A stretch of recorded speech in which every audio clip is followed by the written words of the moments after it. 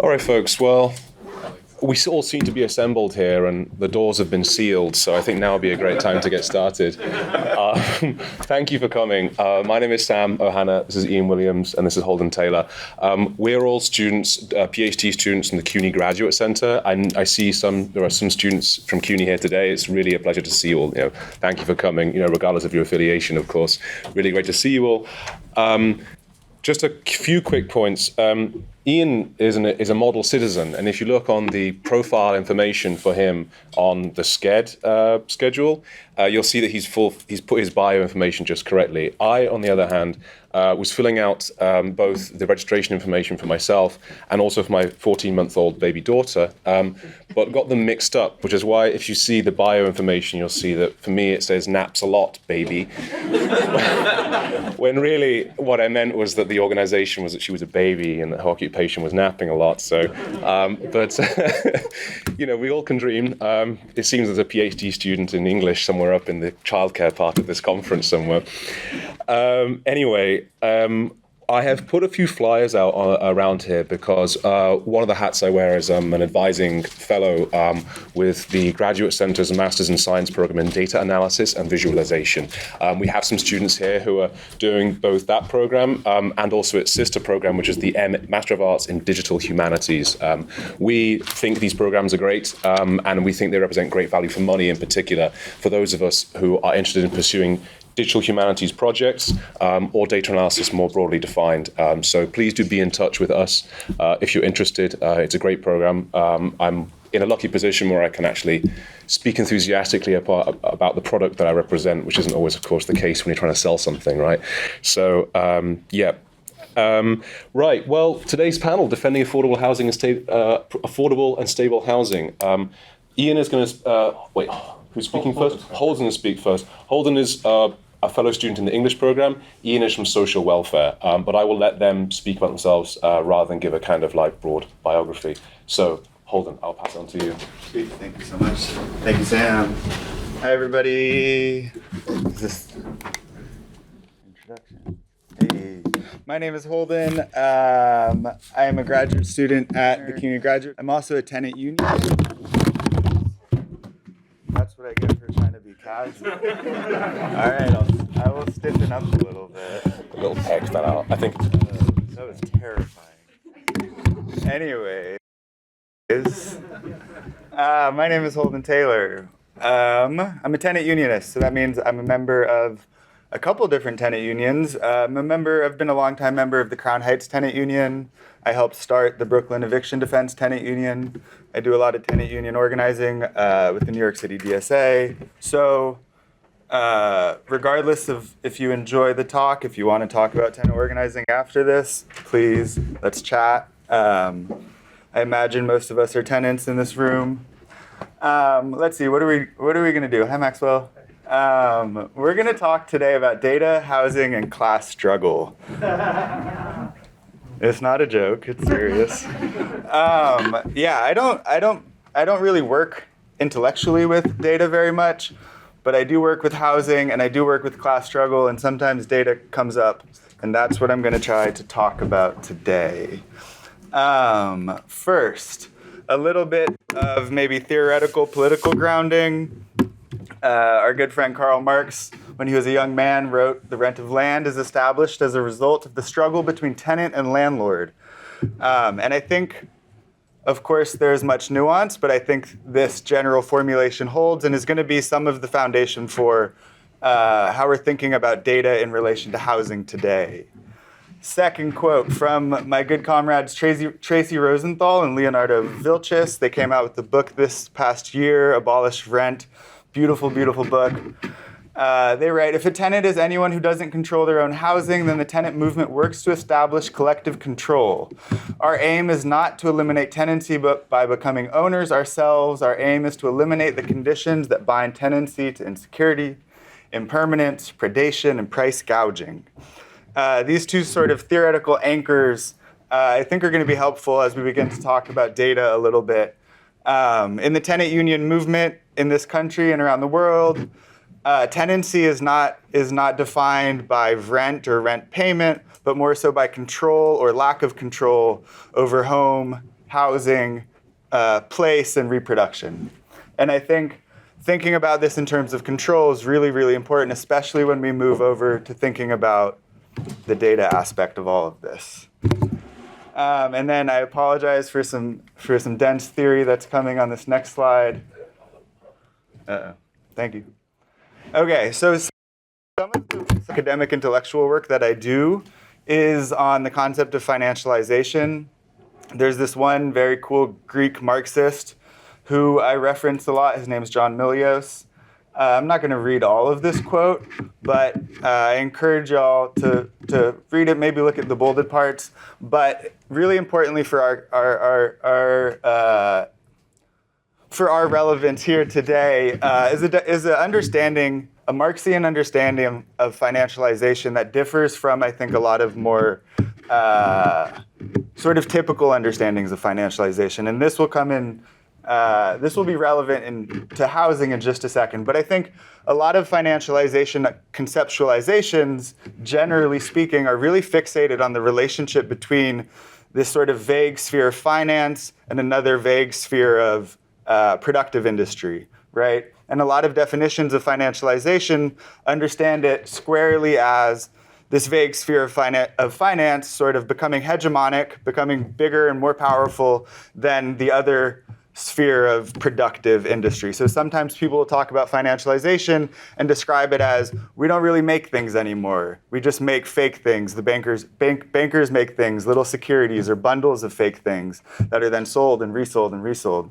But one of the reasons I really like Milios, and it becomes really helpful in thinking about housing and finance and then data, is an understanding of financialization not as primarily occurring between these two spheres, these two fractions of capital, but actually something, a development in regards to capital and labor, right? And so it's an integration of individual subjects into financial markets so as to create the conditions for the reproduction of capital. And I think this difference, where instead of focusing on the intra-class relations, which they are there and they happen and they're consequential, but understanding financialization more broadly in the relationship between capital and labor really gives us a more holistic understanding of what the fuck is happening in regards to the ascendance and domination of finance in all of our lives. And specifically as we think about housing, and this is what I write about a good amount, is similarly in the literature on the financialization of housing in the last 20, 30 years, a lot of people fixate on the relationship between finance and real estate. So they say these big banks are getting involved in housing, and it's really screwing things up for tenants. Tenants are like a sort of secondary actor in the equation of the financialization of housing.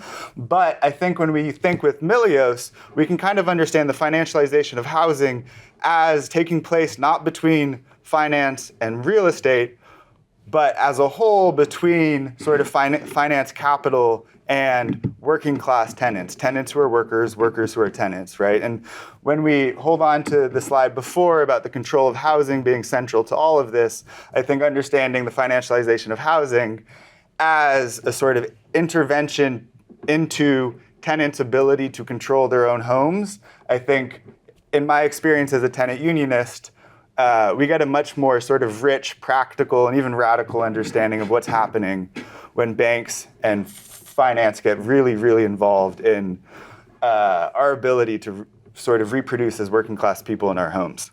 So, all of that said, I'm going to go into at least, yeah. What does he mean here by social power relations as opposed to just power relations?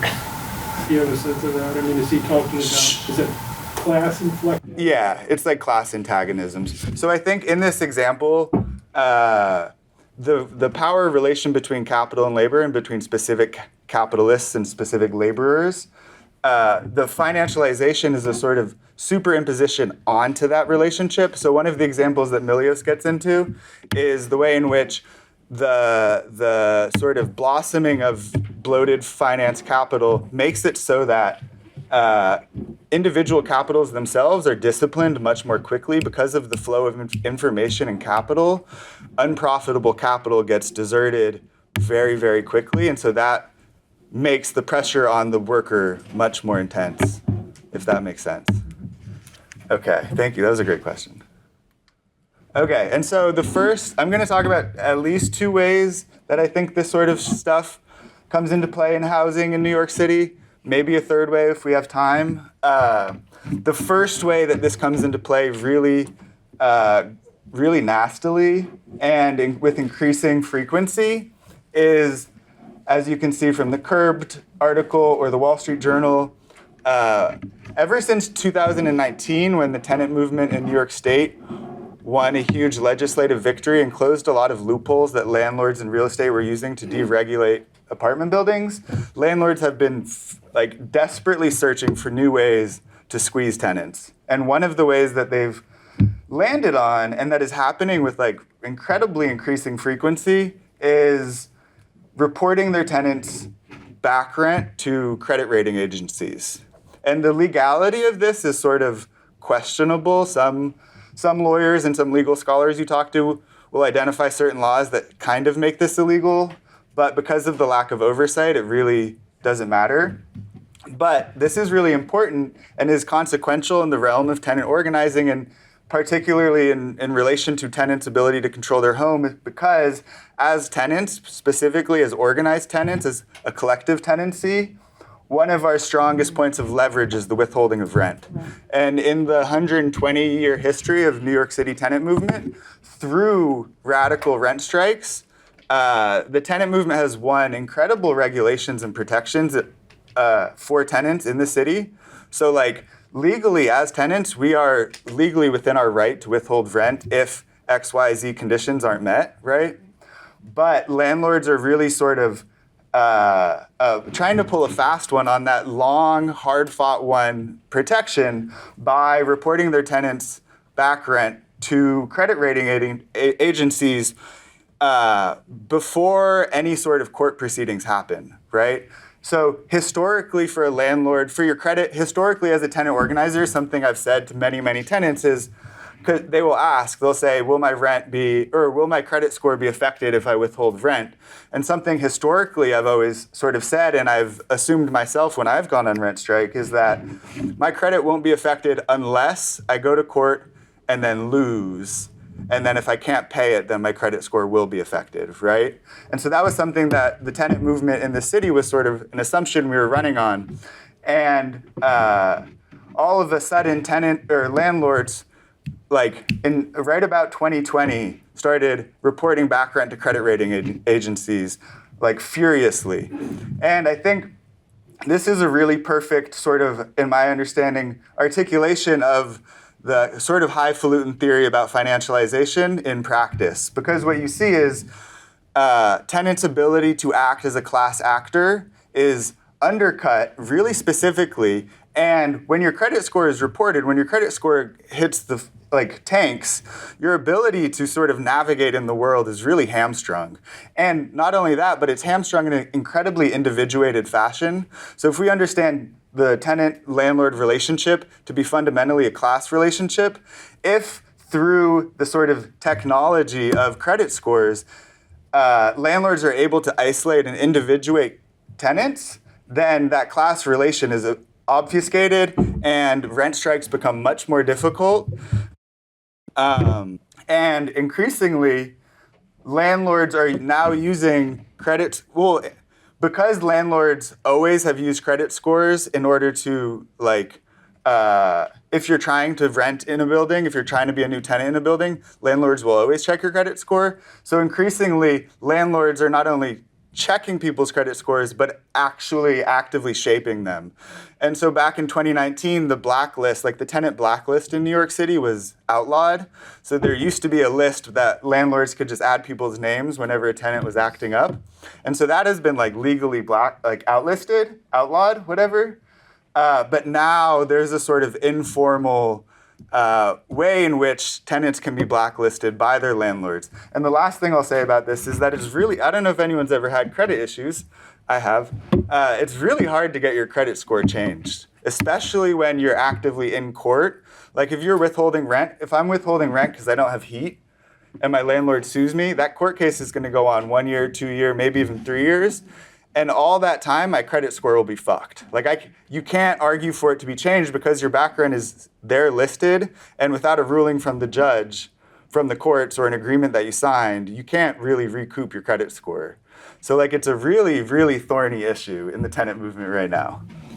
Okay, so that is one way in which data plays into the class struggle of tenancy. One more way.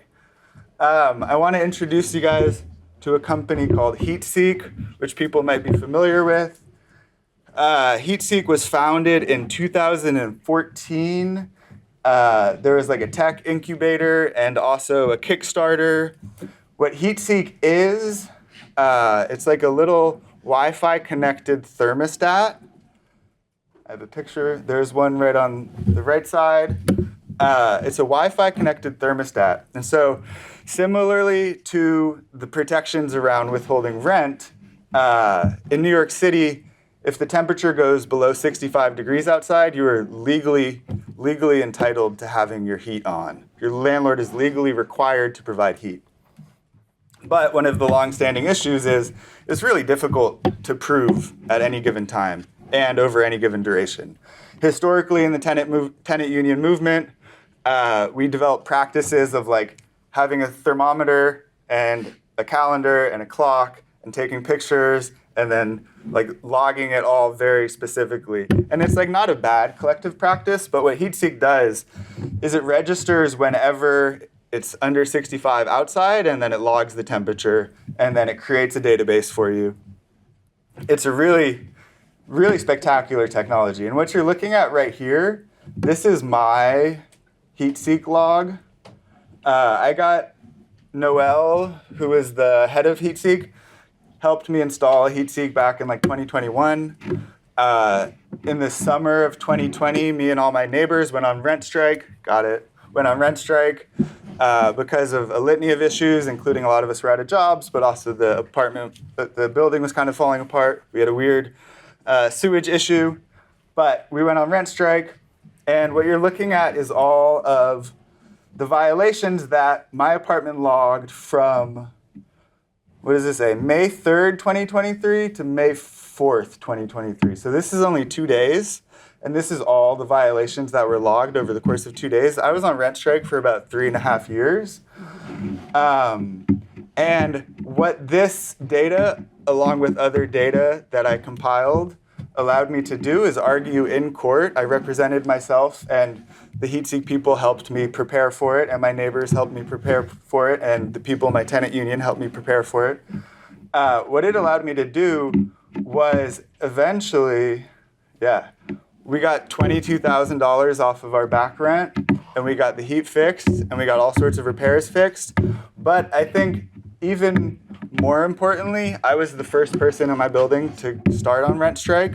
But because we're incredibly organized and we know each other and we've all been living there for so long, this allowed us to develop a collective playbook of how to organize against our landlord. So over the past couple years, probably about 14 of my neighbors in a 32-unit building have gone on rent strike with a similar playbook, winning similar rebates, winning similar amounts of money back, and the heat now works. We still have lots of issues. It's a New York City apartment building, but I think through the sort of data that HeatSeek allowed us to utilize, we did establish more control over where and how we live. But bad news, HeatSeek was a nonprofit funded by private donations and some foundation. They ran out of money. They closed down on November 30th, 2024. They no longer produce any data. And now we're kind of without this tool. I think the legacy of it still exists in some ways. HPD, the Housing Preservation and Development Bureaucracy, has a sort of HeatSeek-like program that people can sign up for, but it's nowhere near the same. And it's a tool that we had and we don't have. And I think this HeatSeek is a really great example of how like control over data specifically the landscape of data itself is also a site of this sort of struggle, and interventions into it can push it in one direction or the other. And for a couple of years there, HeatSeek really helped tenants assert control over where and how they live. But it's really sad that it's gone. What's next? Oh, I think, how much time do I have? 2 minutes. I think, yeah. For the court case, 22,000, was your credit score being affected part of that case? Was it involved in the discussion of having 22,000 knocked off? No. Because you still, I'm sure, had to deal with. I was during the point of my court case went through. We got settled in September. Maxwell, you were there, weren't you? Yeah, August or September of 2023. My credit score at that point hadn't been affected. I do think my landlord is now starting to do it to my neighbors. But my credit score is already fucked, so it's... I mean, there was no punishment for them going after the credit score, even though then you won the case. Oh, no, there's no punishment. There's absolutely no punishment. I was going to talk about this thing called property technology, but we don't really need to. I think I can...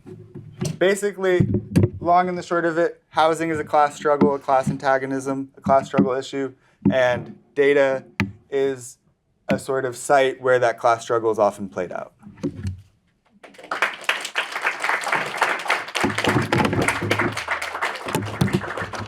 I think we'll do questions afterwards. Yeah, we're going to have time for questions after.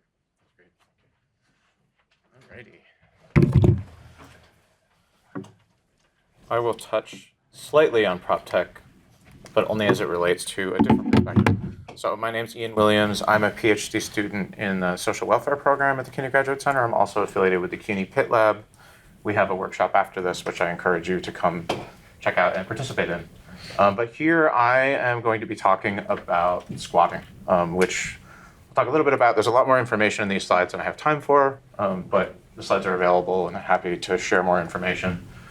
But really looking at the difference between, I think, the moment we're in now, where squatting is really being criminalized, and there's this conversation about counting and tracking in a very punitive way that also kind of ignores and erases the larger history and the complicated relationship between ownership and occupancy in place.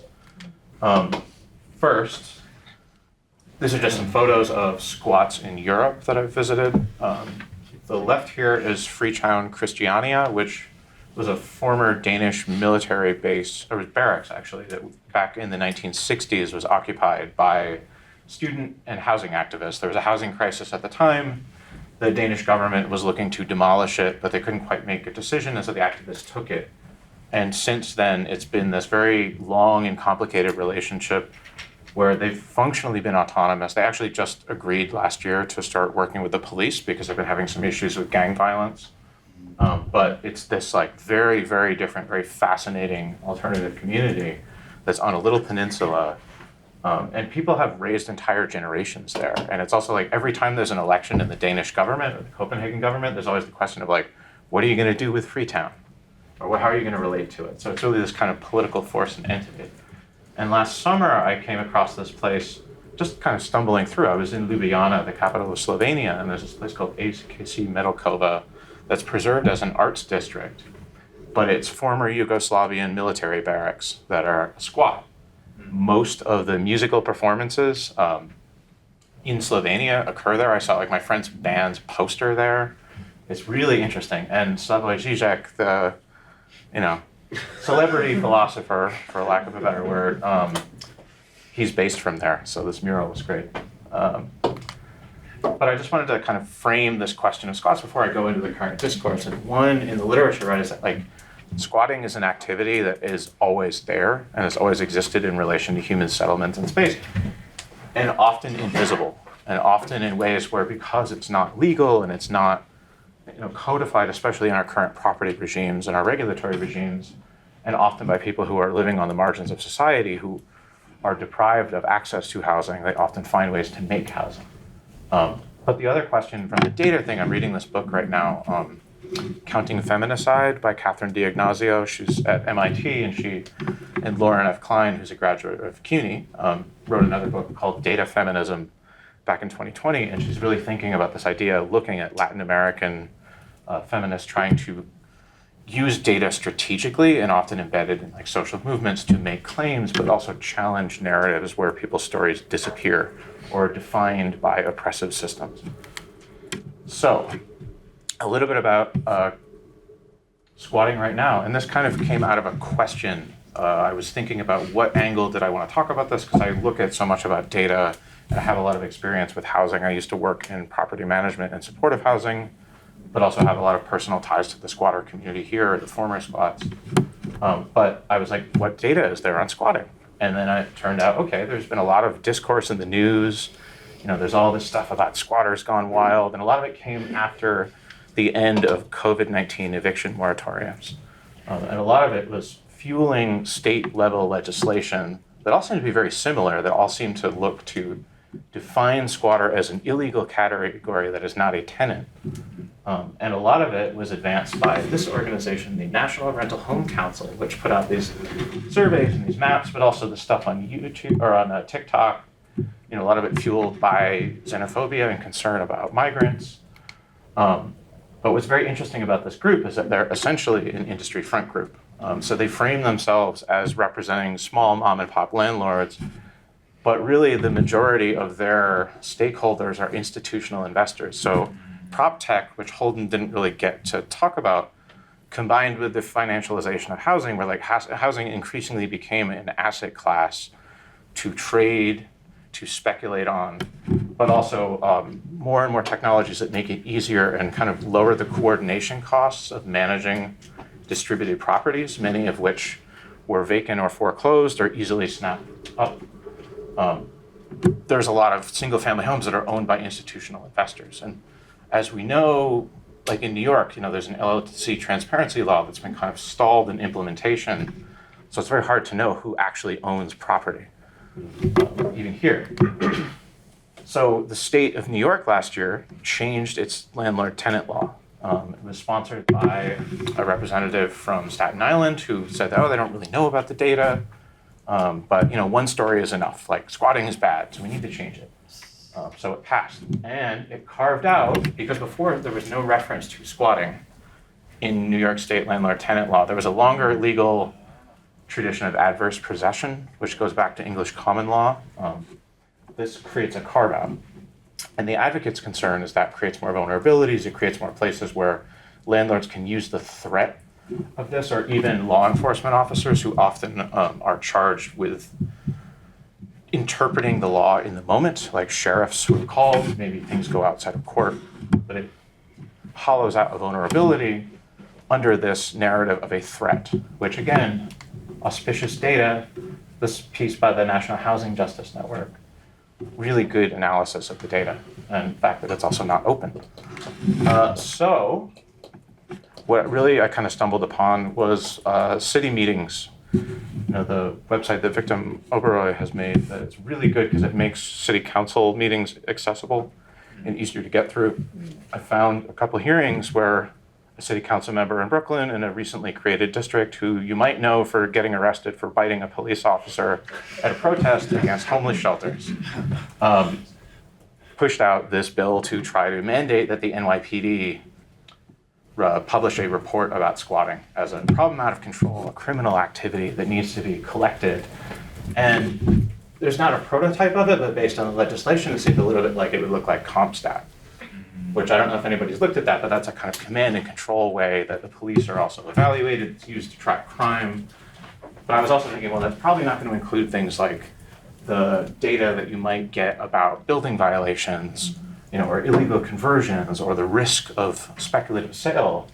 So it's very much framed as this like problem of small homeowners. And I don't want to completely discount that. Again, like I've worked in property management. I know it's very expensive to manage and own property. I have been on the end of collecting rent from people and going into court with them. It wasn't a supportive housing site, so our goal was to keep people housed. But I saw a lot of shady things like hallway justice happening in those courts. So just kind of zooming out a little bit, this is one definition of squatting as a criminal activity, a sort of theft of space and property, a violation of the sanctity of like home ownership as the American dream. But that's a very particular view. It's very ideologically built in, and it's shaping laws in the country. But if you look at like the longer view, right, there's always been squatting in human history. There's always been settlements, there's been informal developments, informal land tenure that maybe doesn't tie to a paper deed or title. Even before financialization, like the creation and sanctification of private property via the state is very important to consider there. But estimated there's about 1 billion people in the world who are in some form of squats or settlements, like a favela, a slum, a shanty, often where people are making do with what they have. It is very difficult to collect data about it. Like a sort of naive data science view, or even like a naive criminal justice, like police stats view, cannot capture this. An AI cannot estimate, or predict what it is. I mean, it could predict it, but it's not going to be accurate. But also, like, the research streams are often split because the experiences of squatting in the global north and the global south are very different, as well as like the causes of squatting, right? Because sometimes it's about survival and housing deprivation, sometimes it's political activism, or it can be both. But also there's different legal and regulatory regimes that occur in the world. So there are different policy responses. This encyclopedia entry was actually a good overview, right? That like there's criminalization, which is what we're seeing happening in the US and in New York right now. There's also tolerance, where things are kind of accepted and exist. So think about with, say, Christiania, like sometimes that would be the thing, like, oh, just let it be, let people do. But also in New York's history, I'll get it, there's a lot of that. There's also legalization, right, which is often like working to incorporate squats and settlement, maybe bring people into a property regime or a housing scheme, but also kind of create some degree of stability and peace with the state. My point being that there are multiple ways, and fixating on a criminal perspective is very suspect. This is a really interesting table. We definitely don't have time to go into, but it just kind of looks at squatting from a social movement perspective of like different motivations, right? Like deprivation of housing, or like alternative housings, or more entrepreneurial, or prefigurative would be another way of putting it, like people creating new institutions. More kind of conservation, like trying to preserve housing, holding on to it while maybe they're losing title, or as a political act of resistance. There's some good literature about squatting as a contentious urban politics, often in relation to homelessness and housing research. What's interesting in the US is that compared to, say, Europe, there's a lot less academic literature on it. But also, like, the models that come from Europe may not make sense to our country's particular history of squatting, where squatting was originally settler colonialism, was people from Europe coming and taking land, and then settlers or homesteaders were people given the right to claim land in the expanding frontier. But also the long history of chattel slavery and structural racism and housing policy, the policies of mass incarceration and immigration, the way that we approach problems by creating more crimes, but also this fetishization of like the American dream and the enduring idea of home ownership, which is also so baked into housing policy. I mean, you can even go back to Woodrow Wilson and some of his early discussions about, an American strategy of home ownership, and that being a way of getting people to buy in, and also being an anti-communist strategy. Because there was a sense of a threat at that time of like revolutions in the world and different world orders, and people protecting property. But anyway, there's also this liberal notion of property ownership. Like, remember the founding of this country, you had to be a white property owning male to be able to vote. And that is the imprint. But there are interesting examples, like Dignity Village is a legalized, regulated, tiny home community outside of Portland. It's a really interesting example. Moms for Housing was a campaign and group in Oakland, California that did a lot of squatter activism. But I think another piece in the literature I find really fascinating was this notion of like moral panics and framing squatters as folk devils. Really this kind of sensationalization, the normalizing of it, this ideological thing. But if you look at like the New York Post or stuff on YouTube, it's very much like, get those squatters out, they're terrorizing. And again, like, problems exist. There are real problems with any form of housing, and particularly housing that involves poverty or insecurity, but it's much more complicated. So New York has a history of squatting that is completely erased from this policy debate, and therefore the conversation of the design of this data apparatus, right, that would aggregate information from different agencies to put a public report to name a problem as a thing. And then it would be instituted into policymaking and regulation. It would be part of city council hearings, community board meetings, policy reports. But there's a whole other history that's missing from this. And this is often the case when data infrastructures get created, is if they're ahistorical or imbued with a particular ideology, they miss that. So New York has a very long and complicated history, even going, much further back, but I thought it was interesting photos of Hoovervilles in Central Park during the Great Depression.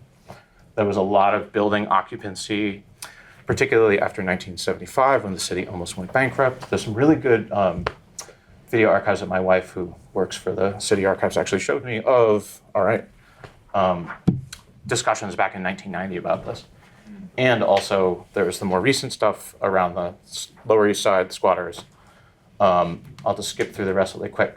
This is a really cool piece, the Museum of Reclaimed Urban Spaces, based at C-Squat, which is a former squat. Check it out, check out their website. They do a lot of really cool tours. There's a squatter oral history project that is housed at the NYU tenement. The author of this, one of them anyway, was a CUNY Graduate Center graduate. There's also the Picture the Homeless Oral History Project. I think it's important to recognize homelessness as a piece of this in the continuum, because sometimes the story is like the white punk squatter, and then a piece. These are some really good books, especially the book Ours to Lose by Amy Starczewski, who is a CUNY graduate. We do really cool work. There's some other books about housing. They're all really quite interesting. I have not read the last one, but every one of them I really like, and the reviews of that were very good. The last piece I just wanted to touch on was this notion of counter data, right? And like creating data sets or stories, or like what would a map look like coming from these other histories that wasn't treating squatting as a crime and something to be expunged and regulated. And one interesting example is this book. This is not an atlas. There's a map of squats in Berlin. So kind of history from below. But I think it's really important to just consider that there are other ways of thinking about these social phenomena than just like the police dashboard of the regulation.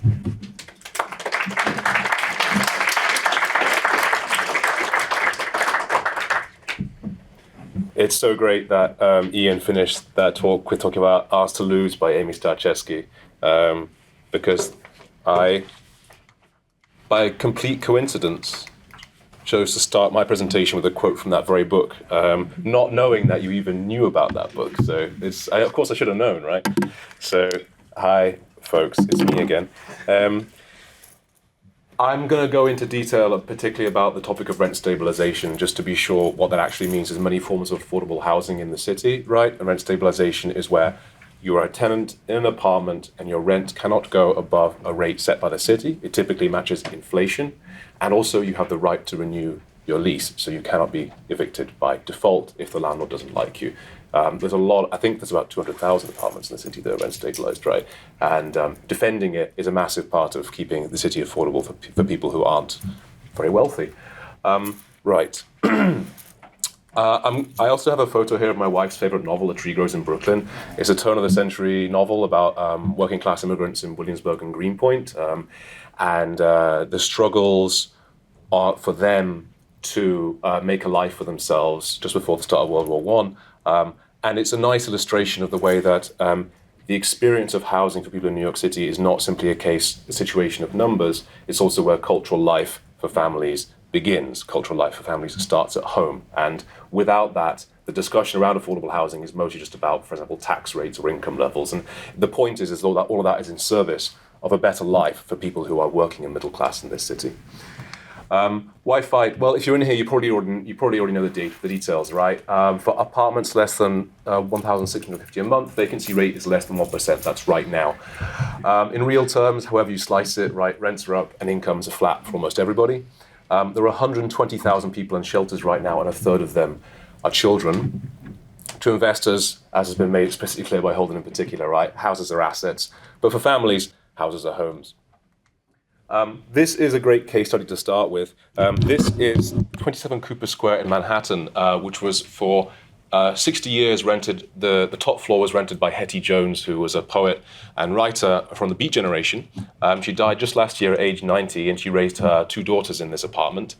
When she first moved in, the rent was $100 a month.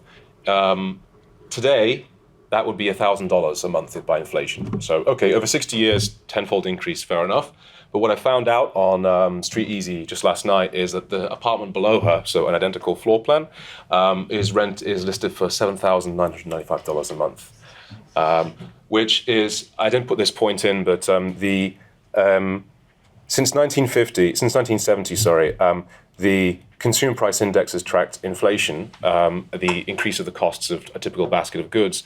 Rent is the largest component of CPI, of inflation, and rent as that component is the part that has increased in price the fastest. So the cost of clothing, for example, hasn't gone up by as much as the cost of housing.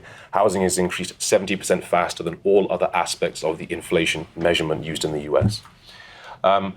This apartment in particular was a critical space for female artists to develop their careers. If you think about it, if you're a creative person, entrepreneurial, artistic, you don't see money for the first start of your career. You have to develop the work to begin with, and then you have proof of concept that develops income, in theory, later on. So affordable housing is a super important part of the way creative people get their careers started. And you can think about that in relation to how cultural life in this city has developed a long time ago and has been in question, let's say since the 90s, perhaps, and the early 2000s.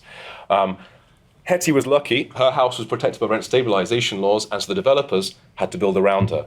This is her apartment building in 1939. And this is it today. So the Standard Hotel wanted to basically move in, unquote, but she was protected by the laws. And so this is the Standard Hotel. This is Cooper Square near Cooper Union. Yeah. The entrance to the hotel is here, and the apartments stay there. So this is the same building, right? And this is our apartment. This is my apartment, my wife and I's apartment. Building 157 Huron Street in Brooklyn. It's 8 apartments. All of them are formally rent stabilized. It looked like that in the 40s, and looks like that now. Most units, when vacated, were deregulated during the Bloomberg era. So depending on the mayoral administration, of course we know this, some are more favorable to tenants than others. And so this is how the apartments became deregulated. The landlord writes to the city and says, a tenant has moved out of my apartment. I've done a bunch of improvements to this apartment, and I'm going to pass the cost off to the tenant, and the amount by which that will raise their rent, takes it above the threshold of $2,000, and thereby the apartment has become deregulated. Now, post-2019, that has become illegal. That doesn't happen anymore. But it doesn't change the fact that in the early 2000s, this was very, very common, and this happened to all but 2 of the apartments in our building. When you move in, for those of us who are transplants to New York, I've about to celebrate my 10th year in this city this month, it's often not assumed that you would ask the question, why is this building so neglected, right? I was paying pre-market rates. Why is it so badly neglected? Well, if you find yourself asking that question, then the answer is to start looking into the rent history. And so for those of you who are interested in, can I have some water? For those of you who are interested in challenging or simply asking the question of whether your apartment is being fairly priced, your first port of call is to file a request for records access with DHCR. You can request it via email, and then they send it to you in the mail, a paper copy. This is a part of our rent history, and you can see that in 2008, the tenant was being charged $1,200 a month, and it's actually, unfortunately, the exact little Zoom box is covering the next most important part. But you can see here, the year after, there was a lease renewal with a major capital improvement. And the major capital improvement is the basis on which a landlord says, well, we can raise the rent and deregulate it. But this request for records doesn't include just the rent history, it can also include the records of improvements done to the building, and this is what they look like. So this is an order granting an MCI rent increase from 2006, and it shows that the landlords did install a boiler for $11,000, but that is not sufficient to raise the rent by the amount that they would need to raise it in order to deregulate it. The rent increase that was permitted by the city was $3.29 per room in the apartment, which would only raise the rent by about $25 or something, right? Which is not what gets you from $1,200 to $2,000 deregulation threshold. So when we found this out, I ummed and ahed and fretted for a couple of years. wasn't sure what to do. But eventually we did make the move to basically keep investigating this. And one, I would say for those of us who are, if you are thinking of investigating this, you want to start going to non-profits, start getting advice, because the city and also private donors give funding. Sorry, I'm just checking on time. They give funding to give advice to people like you to establish whether or not you have a serious case at hand. It's great to get a second opinion. I went to St. Nick's Alliance in Williamsburg, where there are nonprofits all over the city. They get funding when they provide services to you, so don't be shy. Don't think this is just services for people who are really, really struggling. It can be somebody who just has a question and wants to know more. If you do believe you're being overcharged, you have two options. One is the administrative route. You file a rent overcharge complaint with DHCR. This is free, but it takes a long time. Although about 50% of all people who make an application do get some form of compensation or like a decision in their favor.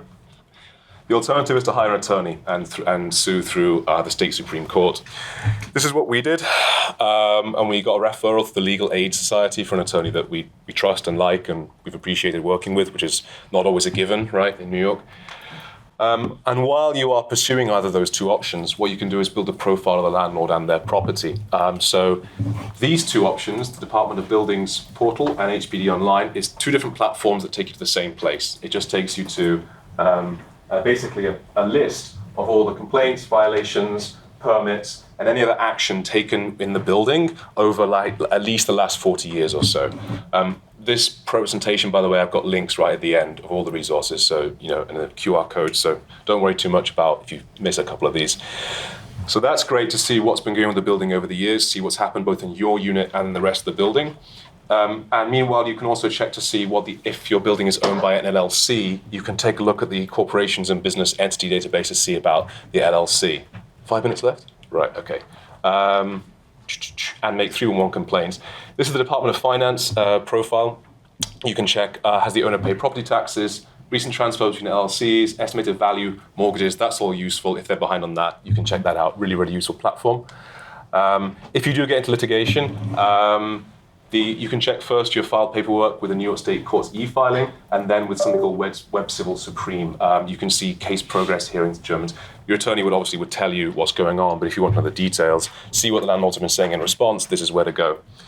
Our case, we filed a summons and complaint in 2022. The landlords responded by trying to sell the building with no success. They argued our case was past the statute of limitations, which is of course not the case, as I think was said earlier, right? If there's a reasonable basis for fraud, they can look back as far as they want. There's no statute of limitations for the look-back period. Our case continued to discovery in 2024, which means they were going to check the facts of the case. We began withholding rent in October, and the landlords never responded. They did eventually find a buyer, and I'll go into that in just a sec. But meanwhile, 3 other co-tenants joined us with lawsuits of their own. So there's now 4 lawsuits pending, all of a similar nature, about illegal deregulation. When we started asking questions, they threatened us. When we started fighting back, they retreated. And that was really quite a surprising thing. I wasn't sure that was ever going to get there. Quick point about open and closed versus public versus private. Private speculation relies on marketing to push the price up. Of course, when they try to sell the building, they exclude critical information about regulation to make it more attractive. This is from when the landlord tried to sell our building to private investors, asking for 5.2 million. They didn't get that. They got 1.75, which means our litigation cost them $3.5 million. So it was a rocky road, and of course, it's never guaranteed they would have got the 5, but they did get an offer for 4.8. They turned it down, and then they never got an offer again. So the new buyer, we're not sure what their plan is. It seems a bit of a strange thing to do to buy a building under these circumstances, but we'll continue to see what's going on. The future. Buildings don't live forever. I don't intend to make this building into a museum, but it does need development at some point. I'm not naive to that. But development can be done in a way that preserves affordability and establishes shared governance, which is a term that Ian has introduced me to, and now I use it. Litigation and tenant organizing is the only way to defend against corporate speculation because of the power imbalance. Without these two aspects, you cannot defend against these kinds of predatory practices. This includes next-door neighbors. If I had acted on what I heard from my neighbors, we'd be 3 or 4 years ahead. I sort of couldn't believe some of the things I'd heard from the people who'd lived here since the 80s, but there you go. I guess I was naive. The solutions, I don't know what's going to come out of this lawsuit yet. It depends on number of moving parts, but the basic obviously would be to get a rent stabilized tenancy. Perhaps even better than that would be some form of shared ownership, right? And I won't go into the details of this now, but there are two forms of cooperative ownership that that shut out the possibility of speculation, and that's a HTFC or limited equity co-op or non-profit co-op, where the building is owned by a non-profit corporation and the tenants sit on the board of directors. So that's pretty much it from me. Regulation kills investor interest and protects homes from speculation. And if you don't do that, then the building will always be vulnerable to predatory forms of capitalism. So that's what I'm aiming at, because as soon as you can kill that kind of interest, you can get back to living your life and doing important work. So I'll leave it there.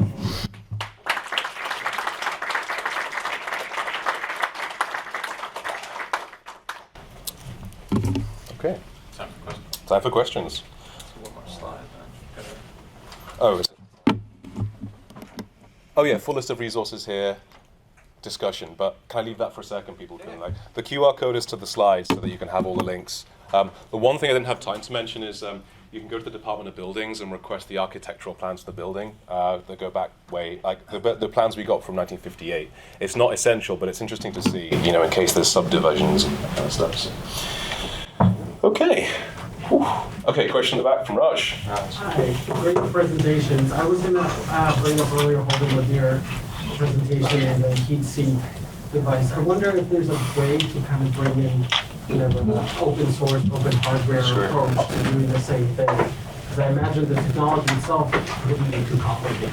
Just a little guy. I don't know shit about it, but it seems like a good idea. Yeah. I'm curious about when your building was put up for sale. Did that change you and your neighbor's strategy at all? And was there any conversation about cooperative strategy? Sure. We didn't know what to expect when we started seeing the real estate agents snooping around the building, taking measurements and stuff like that. We were a little frightened because we didn't know if the actions we were taking were sufficient to keep away buyers. And by that point, when we first started suing and the buyers started coming around, we were the only ones doing it. But over time, what we learned was that almost every buyer didn't bite, they didn't take it. And I think that's because most buyers that have any sense aren't going to buy a building with a combined legal liability, a maximum liability of maybe $1 million or more. So we didn't know what to expect. We just hoped and waited, and we discovered over time that it had scared away anybody. It had scared away at least a series of very serious institutional investors, I think. It's gone to a new guy. We don't know much about that right now, but it doesn't seem as we didn't get bought out by like a Wall Street firm or something like that. So, yeah. Hi. I've noticed we live in a pre-war building. I've noticed a couple of people that have had sort of illegal rent hikes, along the similar lines. Mm-hmm.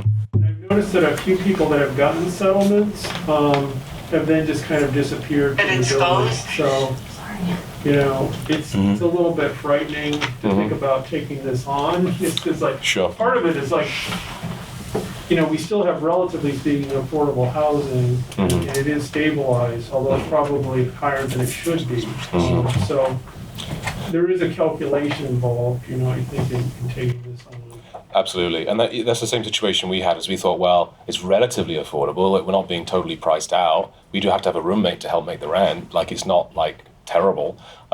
But when things feel like they don't add up, we had a landlord say to us, "Oh, we just put the rent up a little bit. I could charge more, but I'm not going to." And all these kinds of really strange things. It was like an itch in your mind trying to figure out what actually the real deal is. And it's true, landlords do offer settlements to leave. They say we were offered a settlement to leave, a cash buyout, and we turned it down because it was clear that if we took that buyout, they were still going to make enormous amounts of money from this. That an empty building of that kind probably could be worth $5 million.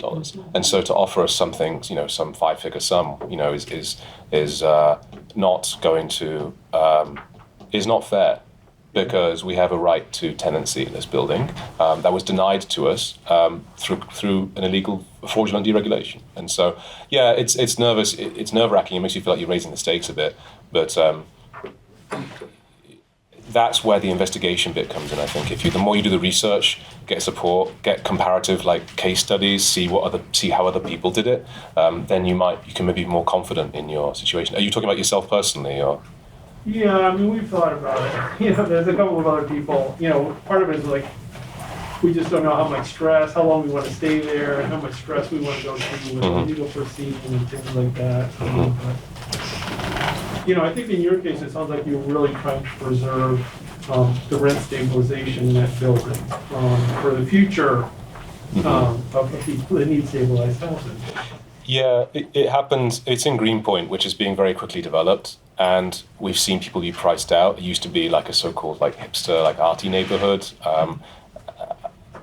I just feel as though somebody has to draw the line on this. I'm from the UK, so this is all very new to me. I was very surprised to learn about all this, and so I think that part of this is about a journey of learning about how the US works. So I don't really know why I did it and other people have not. Other people followed us in the building. We've even got people in the building next door who are interested now as well in the same issue, because it's the same kind of situation. I think a large part of what can help you make the decision is you find an attorney you really trust, because an experienced landlord attorney will take a look at the documents and understand much more the scale, the stakes, the possible complications. And that means that you don't have to worry what if, because if you have an attorney that says, yes, we think you have a good case and I'll fight it, then the question of whether the case should be fought or not will be determined by attorneys and by the courts. And so it just happens that you're the tenant. So I think that's helpful. And I think that if you're in a situation where you're thinking, I don't feel like my housing situation is right, let the specialists make a determination. Because you as a tenant may not know enough about what's going on, and you obviously don't have the experience to understand how bad your circumstances are to other people. So I think that's where getting help from specialists is essential. Okay, we've got 5 minutes. Somebody ask Holden a question. Can I disagree with? Sorry. Okay, you disagree quickly, and then we'll go to you. Yeah. I don't think you need specialists. Tenants in New York City know an incredible amount about their living conditions. Sam, if you would have listened to your neighbors 5 years ago, I genuinely mean it. Tenants, especially tenants who have lived in buildings for a long time, really know what the hell is going on. And if a tenant has lived in a building for 10 years, 20 years, 30 years, they've been subject to attempts of dispossession, probably many, many times. And so tenants who live in these buildings, particularly tenants who've lived there for a while, know what's going on and they know how to navigate it. And I will say specialists sometimes are good, sometimes are bad. Specialists, their interests sometimes diverge. Legal aid attorneys are stretched thinner than hell, right? I would say I do not defer to specialists. Talk to your neighbors, get together. You guys know a lot, can do a lot together. You don't always have to go to court. I have a friend who talked to their neighbor. They read their rent history together. They sent a couple threatening emails to their landlord, and their rent got docked by $1,400 within a month and a half. So there is experimentation to be done. There's organization to be done. Lawyers can be helpful. They can also derail things. And don't underestimate how much you know and can do with your neighbors.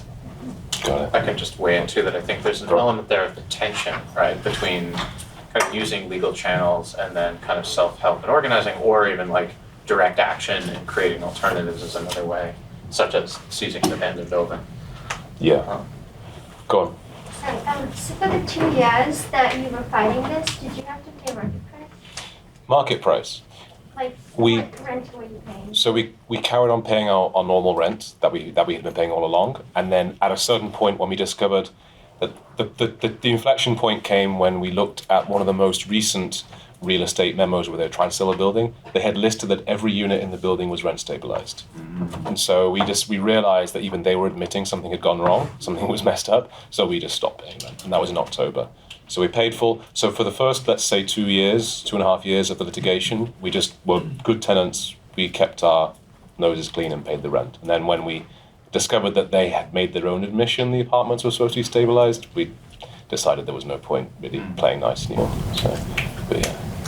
Any other questions? How long will we be out of time? Or 3 minutes? Okay. Hi. If you want to take it. No, go for it.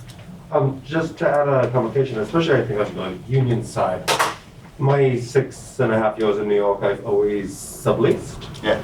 And I'm curious, like, what are avenues to get involved when maybe a leaseholder isn't as willing to take those risks? Absolutely. And like, how do you negotiate that? Absolutely. I mean, I think on one hand, the one of the very first slides of mine, right? The tenant union movement understands tenants not in terms of whose name is on the lease or who's paying rent, but in terms of control over housing. Mm-hmm. So I think in theory and often in practice, the tenant union movement straddles both of our subjects. So like Tracy, who wrote the book that I quoted, is a longtime reporter on houselessness and the criminalization of houselessness. So that's one aspect. I will say subleasers have pretty robust legal rights in New York City, and I've seen, one of my good friends was a subletting tenant for the last 6 years and was engaged in an incredible struggle with the leaseholder. And so I think there are always organizing venues, and I think it's again the same, and I'm a broken record, but it's the same idea of getting together with your neighbors, brainstorming, experimenting, trying things, seeing how it goes, reassessing, reanalyzing, trying things again. And I was just thinking too that going back to use the term individuation, which is a fairly academic concept. Like I know what that means, but sort of like the individualization, right, and the isolation that people Yeah. often experience in legal settings, in conflict with their landlord when they feel targeted or unsafe, and like connecting with other people is a really important way of getting past that. And also, yes, talking to lawyers, like, well, here's your rights and here's the process. Yeah, definitely. I think I would say something, but I want to go. There's one more question, right? Oh, well, this is rough. The three of you guys study English at the graduate center? Is that true? I'm in social welfare. we study English. Yeah. Cool. And the work that you guys presented on, or maybe for the two of you, is that directly connected to your PhDs? The first two slides, the financialization stuff, I write a lot about the literature of financialization. I'm a little bit of a literature aspect, I guess. But yeah, it is. The rest of it is more related to just practical experiences in the city. I'm doing a PhD which is about how post-war American poetry, the Beat Generation and others, was made possible by good economic and demographic circumstances, and one of the key aspects is housing. So people may know Allen Ginsberg. He's one of maybe 60 poets from that generation who made really original contributions to things like free speech and ways of life in America, and that was made possible by, for example, low rents. You know, the Hetty Jones example is the best one. It's just insane that, you know, like, and this, what she paid, I may not be able to get back to this now. Here we go. The rent that she paid was not unusual. Everybody paid that same amount back then, and that gave them the free time to do more than just work, to do creative things. And she was married to Leroy Jones. She certainly was, yeah.